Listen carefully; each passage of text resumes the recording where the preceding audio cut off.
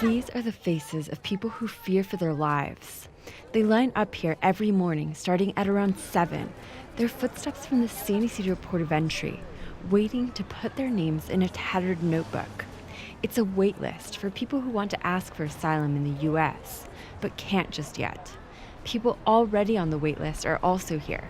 One of them is Ana Jaimes from Mexico. She's hoping her family will be called soon.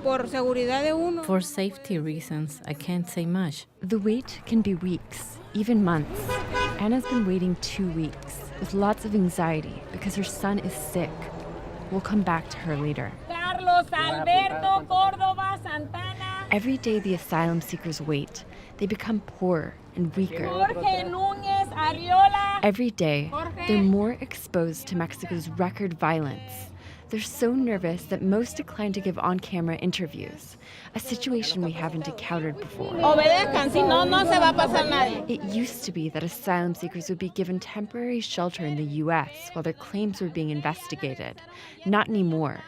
As of late last year, U.S. authorities began turning away asylum seekers, telling them to wait in Mexico for an unspecified period of time. They're going to punish us. Remember, they gave us the opportunity to pass 50 people. When U.S. officials are ready for new people, they tell Mexican officials how many they can take.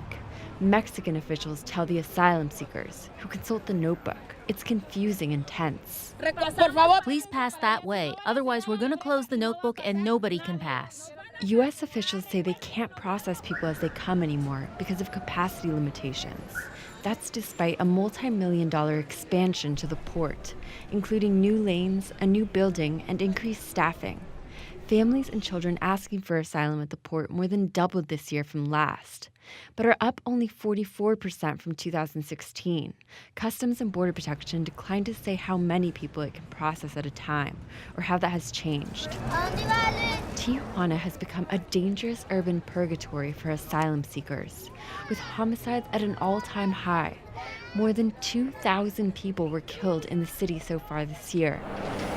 Bodies are piling up at the morgue. Yo creo que debe ser muy triste. Morgue director Mercedes Quiroz says about 70% of homicide victims are unidentified and unclaimed, probably because they're migrants, just like asylum seekers. Y todo esto que ve aquí? All the files you see here are for people who had to go to the common grave. They're not from this city. De aquí de esta ciudad.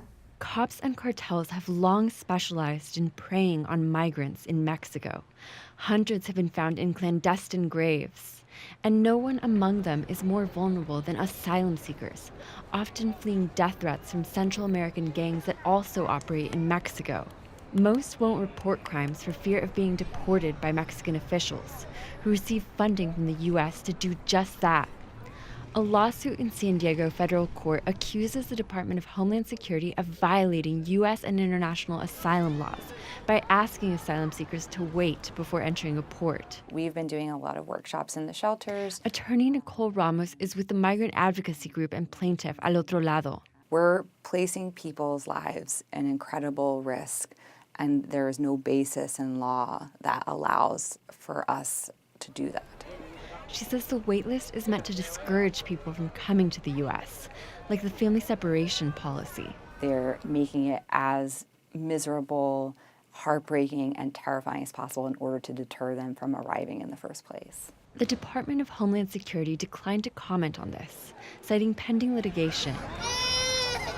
Back at the port, there's something of an emergency involving Ana Jaimes. We told you earlier that she put her family's names in the notebook 2 weeks ago. Like everyone else, she's been waiting. But her 7-year-old has microcephaly and heart issues. Waiting in the sun every day has put his life at risk. He's having trouble breathing. Anna pleads for compassion, for the others to let her family cut in line. My son can't be in the sun. He can't do things like other boys. He's the boy with a mask over his face. The asylum seekers go back and forth, some not understanding. Speak English, please. Okay. Some are concerned. Their own lives are at risk. But ultimately, they put their fears aside and decide to let the family cut in line to save the boy's life. Anna agrees to an interview because she knows she's safe. I'm so happy and grateful they're letting us pass. The family crossed into the U.S. that afternoon and was transferred to Immigration and Customs Enforcement custody 3 days later. The mother and children were released from custody into the United States with a notice to appear in court. But the others stayed behind in Mexico, where they remain in danger. Jean Guerrero, KPBS News.